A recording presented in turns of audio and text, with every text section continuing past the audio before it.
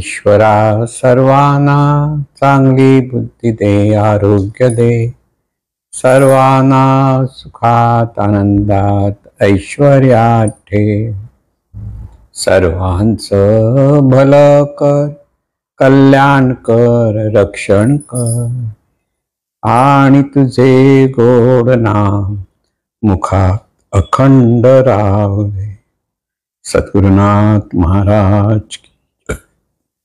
सद्गुरु पैमावली मातोश्री माई यांना प्रथम कृतज्ञपूर्वक वंदन. आणि आपण सर्व सद्भक्त सच्श्रोते हो, आपणा सर्वांना आदरपूर्वक नमस्कार. चला आपण सारे आनंदाने जीवन जगूया, हा जो आपला घोष आहे.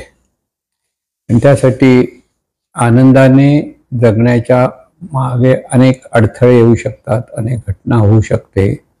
पण प्रत्येक परिस्थितीमध्ये, प्रत्येक घटनेच्या पुढे आपल्याला जायचं आहे आणि ते आनंदाने जायचं आहे, हा बोध आपल्याला सतत असला पाहिजे. आपल्या अवतीभोवती घडणारी परिस्थिती ही विविधतेने आपल्या समोर येत असते. कोणती परिस्थिती कधी कशी येईल हे आपल्याही लक्षात नसतं, की आपणही त्यावर जास्त विचार करत नसतो. पण बऱ्याच वेळा लोकांचा असा समज असतो की आपण देवाची भक्ती करतो, देव आपल्यासाठी सगळं चांगलं चांगलं करणार. कोण सद्गुरूंची भक्ती म्हटलं की सद्गुरू आहेत आपल्याला, म्हणजे सगळं चांगलं चांगलं यायला पाहिजे आपल्यासमोर, असं वाटतं ना. वाटणं चांगलं आहे, वाईट नाही. पण ही परिस्थितीवर आपला कंट्रोल नसतो. बाहेरच्या ज्या घटना घडतात, पाऊस पडतोय तर पावसावर आपला कंट्रोल आहे का? नाही. उन्हाळा आहे, खूप गरम होतो, त्याच्यावर आपला कंट्रोल आहे का? नाही. ही वेगवेगळी थंडी आहे, खूप थंडी पडते, व ती थंडीवर उपाय शोधता येतो, पण कंट्रोल थंडीवर करता येत नाही, लक्षात ठेवा. म्हणजे निरनिराळी परिस्थिती आपल्या वाट्याला येत असते. आणि परिस्थिती तरी म्हणजे काय? परिणाम देणारी स्थिती.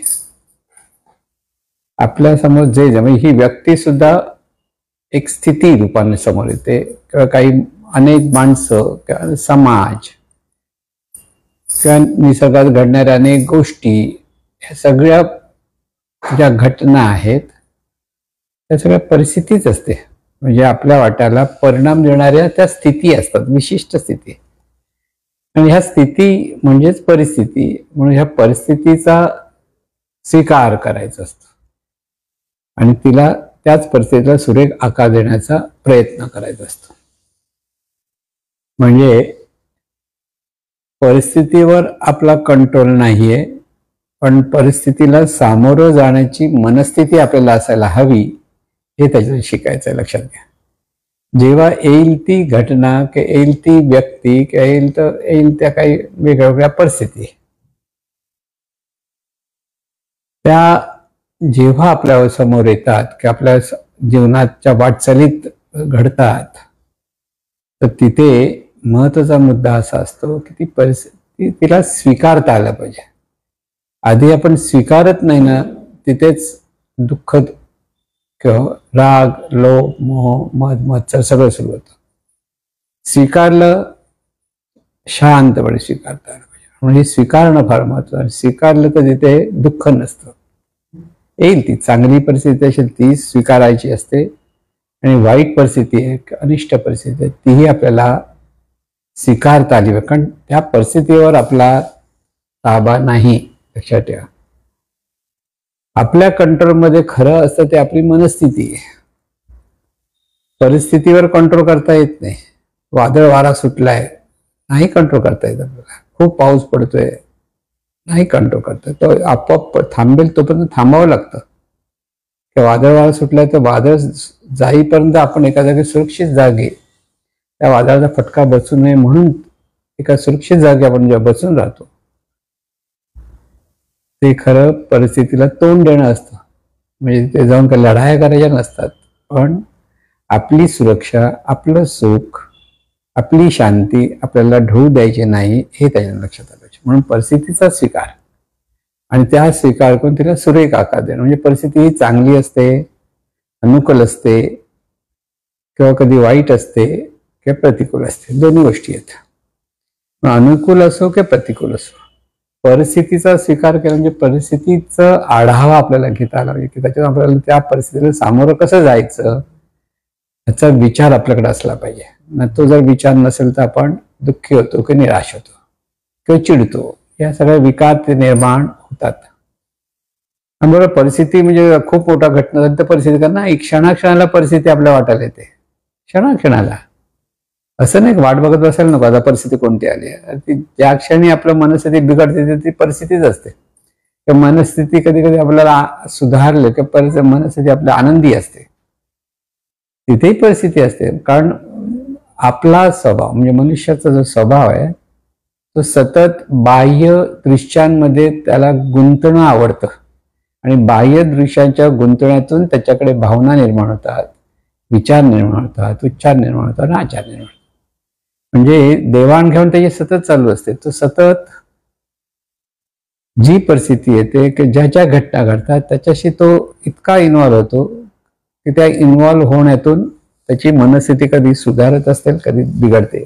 लक्षात घ्या, इथे परिस्थितीचा स्वीकार करून तिला सुरेख आकार देण्यात यशस्वी जीवनाची गुरुकिल्ली आहे, असं जे जीवनविद्येचा सुंदर असा सिद्धांत आहे. लक्षात घ्या, तिला सुरेख आकार द्यायचा आहे. म्हणजे सुरेख आकार द्यायचा म्हणजे नेमकं काय करायचं हा प्रश्न आहे. त्या त्या परिस्थितीवर ते सगळं अवलंबून असतं. पहिलं स्वीकार करा, त्याला टाळायचं नाही.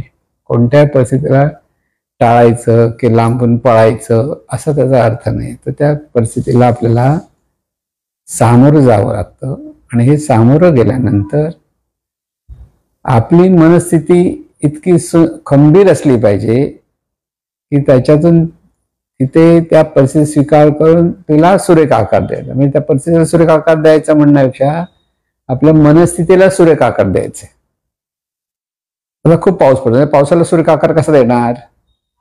तुम्हाला बाहेर जायचं आहे, तुम्ही चांगले नवीन कपडे घातलेले आहेत, लग्नाला जात आहेत आणि सगळ्या रस्त्यात चिखल बिकल झालाय, वरून जोरात पाऊस पडतोय. आता बाहेर पडणार माणूस का मग अरे बापरे आता कसं जायचं असा प्रश्न पडतो की नाही.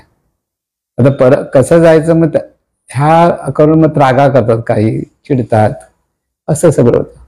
पण त्यामुळे कधी पाऊस पडायला थांबणार आहे का? नाही. परिस्थितीवर कंट्रोल आपल्याला करता येत नाही, हा निसर्गदत्त आहे. चिखल होणार तर पाऊस पडला, पाणी पडणं चिखल होणार हे तितकंच करा. मग आता इथे सुरेख आकार कोणाला द्यायचा आहे? चिखलाला सुरेख आकार देणार की पावसाला सुरेख आकार? नाही, परिस्थितीला सुरेख आकार देता द्यायचा आपल्या हातात नाहीये. मग आकार द्यायचा कशाला? तर आपल्या मनस्थितीला आकार, आपल्या दृष्टिकोनाला आकार द्यायचा की एवढा पाऊस पडतो आणि पाऊस पडणं ही आपली गरज आहे. पाऊस नाही पडला तर पाण्याचे साठे बिठे तयार राहणार नाहीत, शेतीला पाणी मिळणार नाही, झाडाझुडांना पाणी मिळणार नाही, अनेक फायदे आहेत त्याचा. आणि त्यामुळे तो पाऊस कधी पडायचा, किती पडायचा, कसा पडायचा हे आपल्या मनावर अवलंबून नाहीये की आपल्या इच्छेवर अवलंबून नाहीये. ते निसर्गाच्या योजनेनुसार किंवा नियोजनानुसार किंवा निसर्ग नियमानुसार तो पाऊस पडत असतो. लक्षात घ्या, पाऊस पडतोय हा निसर्ग नियमानुसार पडतोय. काही ज्या घटना घडतात निसर्गामध्ये आणि त्याच्यातून पाऊस पडतोय, मग त्याला स्वीकारा म्हणजे तुमच्या मनामध्ये पहिलं गोष्ट येते की मनामध्ये त्रागा निर्माण होतो, चिडचिड निर्माण होते, तिथे पहिले स्थिर व्हायला लागतात. म्हणजे इथे स्थिर होता म्हणजे आता परिस्थिती स्वीकार केला आणि तिला सुरेख आकार द्यायचा. म्हणजे आपल्या मनस्थितीला सुरेख आकार द्यायचा.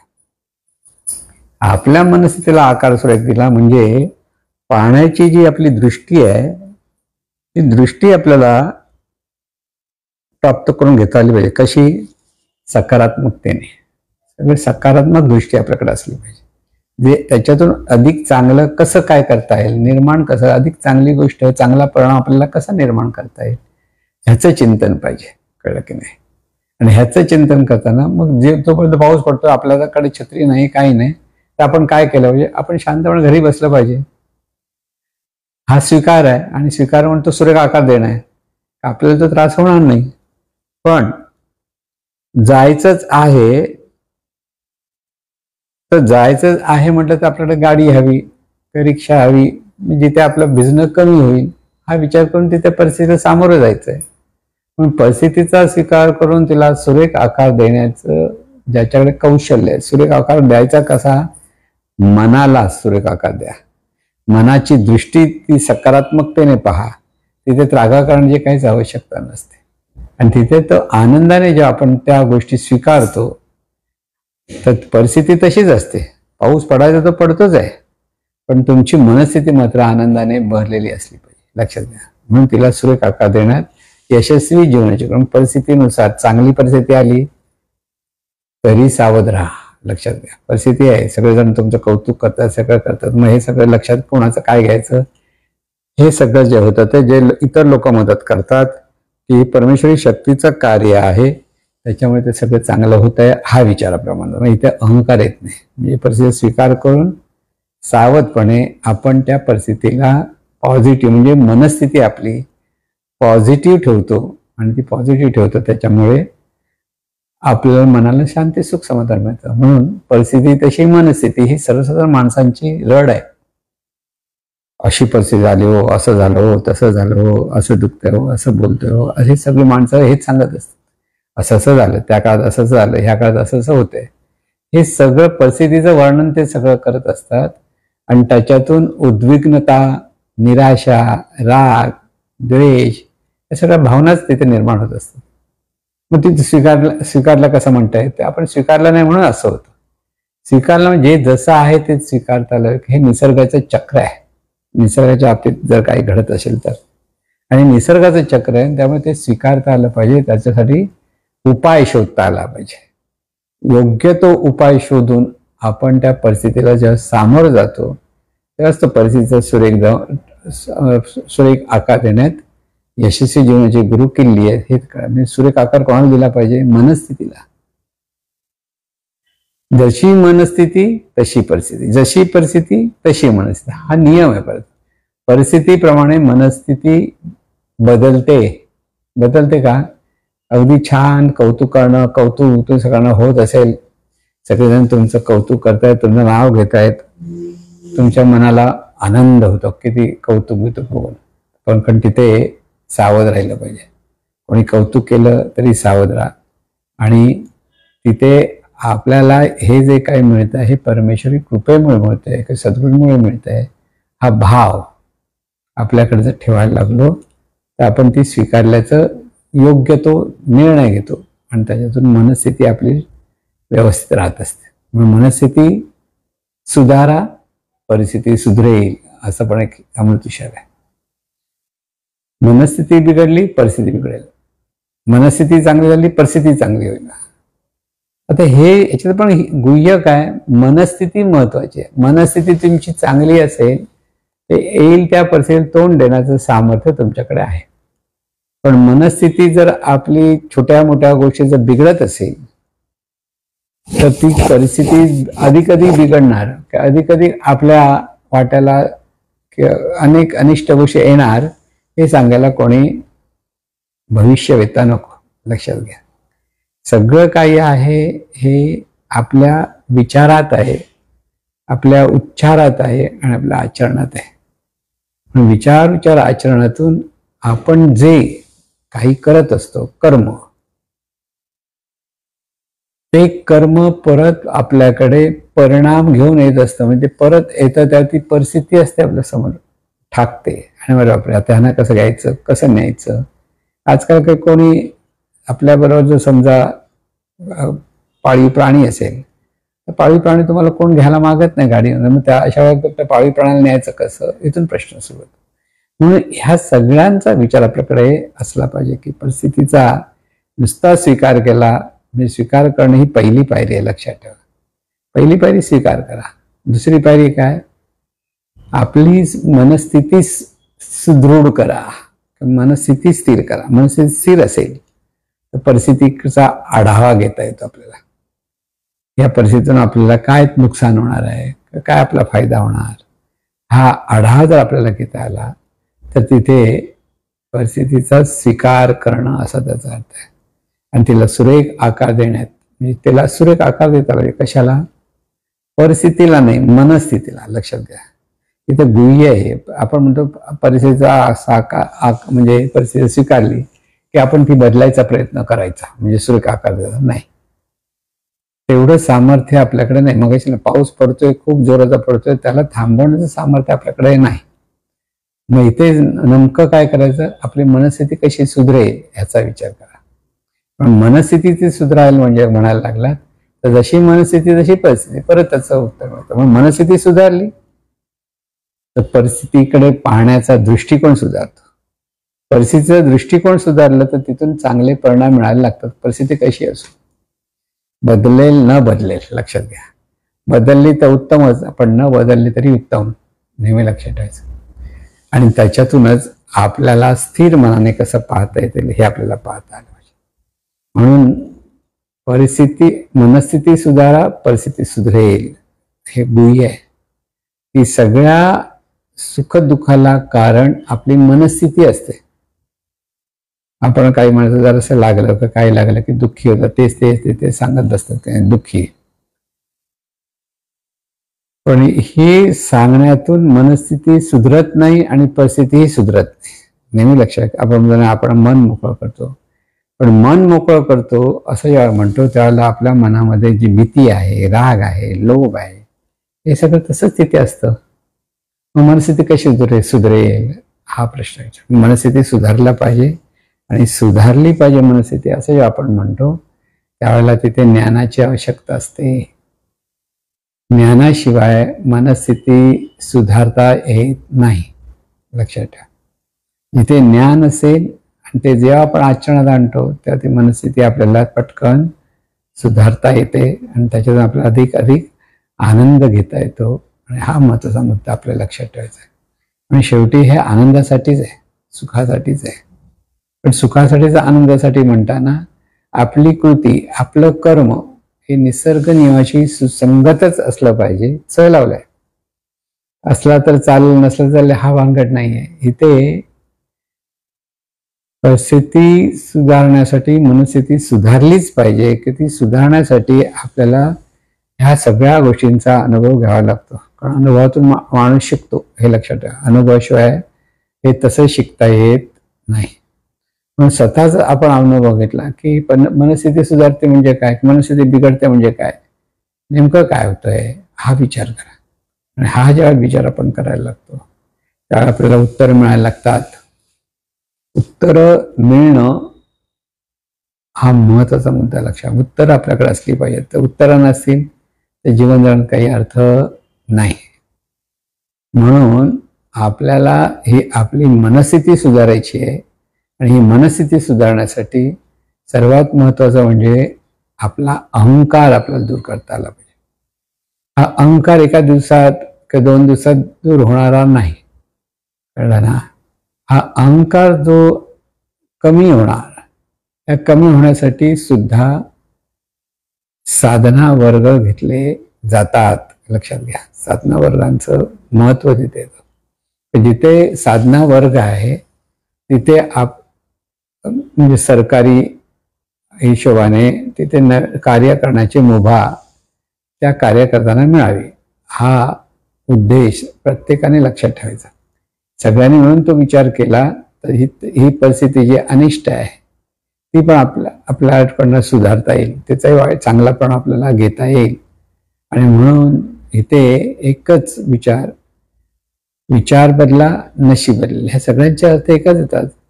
मनस्थिती सुधारा, परिस्थिती सुधारा.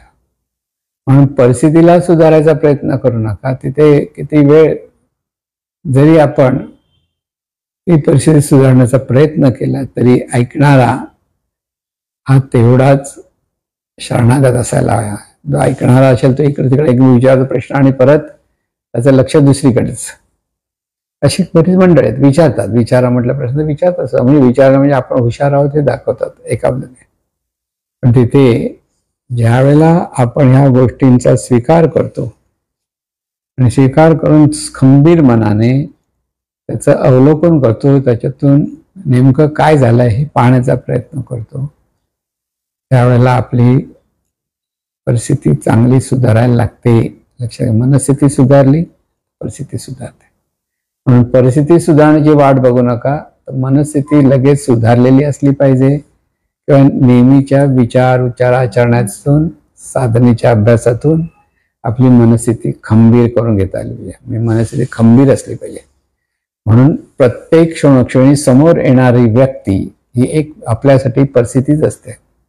काही लोक आपल्याला आवडतात, काही व्यक्ती आपल्याला आवडत नाहीत, काही व्यक्तींचं वागणं आवडत म्हणजे व्यक्तींचं वागणं आवडत नाही. हे जसं आपण पाहत असतो आणि त्याच्यातून ती व्यक्ती म्हणजे आपल्यासाठी परिस्थिती असते. पण प्रत्येक समोर येणारी व्यक्ती सुद्धा परिस्थिती असं जे म्हणतो त्यासाठी की तिथे त्याने जर विचार केला समोरचा काहीतरी वाकडं बोलतोय, काही जे जमणार नाही, पटणार नाही, अशा गोष्टी सांगतोय, तर इथे आपल्याला कसं वागलं पाहिजे? ते शांत म्हणजे ऐकून घेता येईल तेवढं ऐकून घ्या. बाकीचे लोक ऐकायचं गपचूप आपण बाजूला निघून जाता येतं, ते थांबलंच पाहिजे असंही नाही. पण मनस्थिती सुधारण्यासाठी आपल्याला विचार सतत धरता आला पाहिजे. तो म्हणजे आपल्याला मनस्थिती सुधारायची आहे. परिस्थिती आपोआप सुधारणार, म्हणून परिस्थितीच्या मागे लागू नका. मनस्थिती सुधारण्यासाठी काय करावं ह्याचा विचार आपल्याला करता आला पाहिजे. मनस्थिती सुधारण्यासाठी जो विचार आपण म्हणतो तो विचार सकारात्मक असला पाहिजे, तो विचार विधायक असला पाहिजे. सगळं इथे लक्षात घ्यायचं असतं. नाहीतर कोणताही विचार केला आणि मनस्थिती सुधरेल असं नाही. आणि मनस्थिती नेमकं काय आहे? मनस्थिती म्हणजे हे जाणणारं ते तत्व आहे आपल्या ठिकाणी, त्याला आपण जाणीव म्हणतो. तीच जाणीव अज्ञानातून मन होतं, म्हणजे स्वतःच्या स्वरूपाचा विसर पडतो. आणि जो आनंद स्वरूपाचा विसर पडलाय त्याच आनंदाच्या शोधात ही जाणीव विश्वाशी संबंधित होते, विश्वातील निळ्या घटकांशी संबंधित होते. कशासाठी? आनंद मिळण्यासाठी, परत आनंदाचा अनुभव मिळण्यासाठी. आणि त्यामुळे त्या मनस्थितीच्या ठिकाणी जर हे अज्ञान असेल, की खरं सांगायचं असेल तर मनस्थिती म्हणजे हा आनंद मुळात मनस्थितीचा मूळ स्वरूप आहे, मूळ पाया आहे, लक्षात घ्या. आणि तो पाया असल्यामुळे ते आपल्यापासून दूर नसतं, फक्त आपलं तिथे लक्ष नसतं. आपण विषयातून सुख मिळवण्याचा प्रयत्न करतो, निर्णय व्यक्तींशी बोलून सुख मिळवण्याचा प्रयत्न करतो. आणि हे सगळं जे बोलून प्रयत्न करतो तिथे एक वेळेस येते की आपल्याला ही जी मनस्थिती सुधारण्यासाठी जे कार्य जे जो अभ्यास आपण करतो त्यासाठी सद्गुरूंची नितांत आवश्यकता हे आपल्याला कळतं. सगळ्याच गोष्टी आपल्याला कळू शकत नाहीत आणि कळू न शकल्यामुळे इथे आपला सगळा गोंधळ होतो. म्हणून मनस्थिती सुधारण्यासाठी ज्ञानाची आवश्यकता आहे. खंबीर, पवित्र, शुद्ध मन ही काळाची गरज आहे. आणि ती काळाची गरज असल्यामुळे मनाचा आणि सुदृढ असलेल्या मनाचा जमीन अस्मानाचा फरक असतो. कारण सर्वसाधारण मन हे कमकुवत असतं, प्रत्येक गोष्टीवर प्रतिक्रिया देण्याचा त्याचा स्वभाव असतो आणि त्याच्यातून बऱ्याच वेळेला अनिष्टच विचार करण्याची एक सवय असते. आणि त्याच्यामुळे ती सगळ्या गोष्टीतून वाईटपणा आपणच आपल्यावर ओढावून घेत असतो. म्हणून चांगलं आणि वाईट असा ज्याचा विचार करतो त्यावेळेला निसर्ग नियम लक्षात घ्या. निसर्ग नियम जोपर्यंत आपण लक्षात घेत नाही तोपर्यंत आपल्याकडे ते अज्ञानच आहे म्हणून लक्षात घ्या. निसर्ग नियमानुसार काय झालं, निसर्ग नियमानुसार काय फायदा होतोय, काय तोटा होतो, हा बोध आपल्याला नेहमीच लक्षात घेता आला पाहिजे.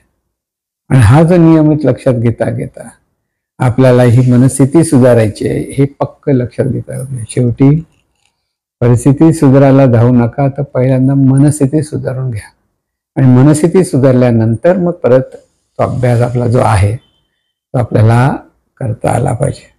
म्हणजे सगळं जीवन कसं आहे ते बघा. क्षणोक्षणी आपण डोळ्यातून सर्वत्र पाहतो आहोत.